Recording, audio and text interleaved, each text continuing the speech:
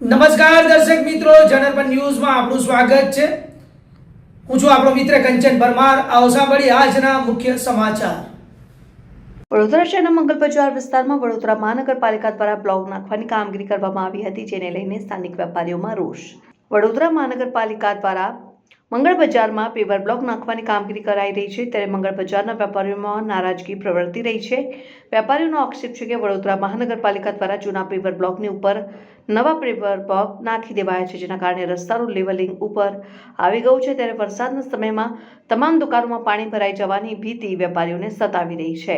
સાથે જ નવા નાખવામાં આવી રહેલા પેવર બ્લોકની ક્વોલિટી પણ નિમ્ન કક્ષાની હોવાના આક્ષેપ વેપારીઓએ કર્યા હતા। સાથે જ મહાનગરપાલિકા દ્વારા યોગ્ય કાર્યવાહી નહીં કરવામાં આવે તો વેપારીઓ દ્વારા બજાર બંધ કરી વિરોધ પ્રદર્શન કરવાની ચીમકી ઉચ્ચારી હતી। સમગ્ર મામલે વેપારીઓની રજૂઆત મહાનગરપાલિકા દ્વારા ધ્યાને ન લેવાતા વેપારીઓએ વડોદરા શહેર કોંગ્રેસ પ્રમુખ ઋત્વિક જોશીનો સંપર્ક કર્યો હતો, જે બાદ ઋત્વિક જોશીએ સ્થળનું નિરીક્ષણ કરીને વડોદરા મહાનગરપાલિકાના અધિકારીઓને તાત્કાલિક પેવર બ્લોક બદલી યોગ્ય કાર્યવાહી કરવા રજૂઆત કરી હતી અને આમ નહીં થાય તો વેપારીઓના આંદોલનમાં વડોદરા શહેર કોંગ્રેસ જોડાશે તેવી ચીમકી ઉચ્ચારી હતી। વેપારીઓ દ્વારા વિરોધ કરાતા વડોદરા મહાનગરપાલિકાના અધિકારીઓ પણ સ્થળ પર પહોંચ્યા હતા, ત્યાં તેઓએ યોગ્ય કામગીરી કરી હોવાનું જણાવ્યું હતું। સાથે જ વેપારીઓની રજૂઆત ઉચ્ચ અધિકારીઓને કર્યો હોવાનું જણાવીને અધિકારીને તે પ્રમાણે કામગીરી કરવામાં આવશે તેવું પણ જણાવ્યું હતું। વેપારીઓએ આપનો સંપર્ક કર્યો છે, શું છે સમસ્યા? ગુજરાતીમાં કહેવત છે કે ટકેસર ભાજી ને ટકેસર ખાજા, અંધેર નગરી ને ગંડુળે રાજા। કરોડો રૂપિયાનું બજેટની કોર્પોરેશનમાં હમણાં ચર્ચા થશે, પણ વસ્તુ સ્થિતિ તમે જ્યારે સ્થળ પર જાઓ ત્યારે ખબર પડે કે જૈસે થે વૈસે હી થે। આજે આટલા વર્ષોથી શાસન છે આ લોકોનું। તમે જે જૂનું વડોદરા, આ મંગળ બજાર એટલે જૂના વડોદરાનો ભાગ કહેવાય, 4 દરવાજાનો ભાગ કહેવાય। જૂની ઓક્ટોરી ઓફિસ સામેની આ ગલી છે।